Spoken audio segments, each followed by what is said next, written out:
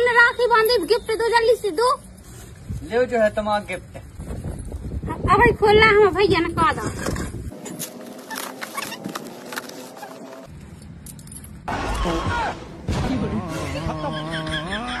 ठीक है, अच्छे से रोटी बनावो सीखियो, न तो सास ससुर नाम है कि बेटी जा पे रोटी नहीं बनाओ बनत। ये सुबह से मेरा दाहिना हाथ फड़क रहा है, लगता है हम लोग जरूर करोड़पति बनेगा यार। राजू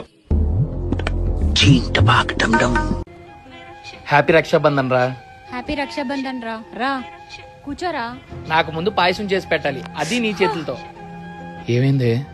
ఏం లేదురా, మీ బావ కోసం వంట చేస్తున్నప్పుడు కాదు. ఎందుకురా ఏడుస్తున్నావు? నీ కోసం రాఖీ తెస్తానుండు. ఆగు, నేను తీసుకొచ్చా. ఎంత బాధపడుతూ ఇక్కడ ఉండడం ఎందుకే? रुको जरा सबर करो. నాకు అట్లేగో ఇవాళ ఎన్ని నన్ను ఏం చేయొద్దే, నీ కాలు పట్టుకుంటాను.